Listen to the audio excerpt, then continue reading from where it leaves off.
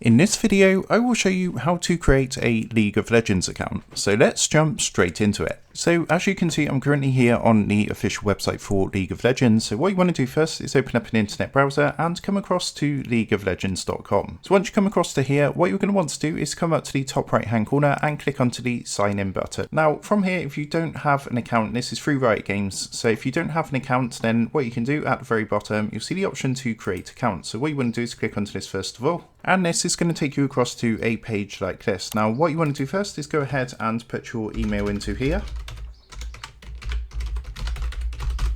Once that's done, go ahead and click the start button underneath. Now you just want to go ahead and put your date of birth in.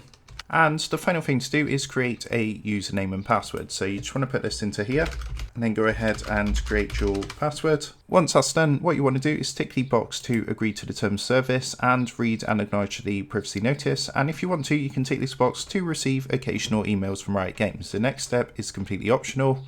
Once that's done, go ahead and click next. So sometimes you might get a message saying that the username already exists. If that's the case, just go ahead and choose a different username and try and do it again. And then click next again to see if that one's available.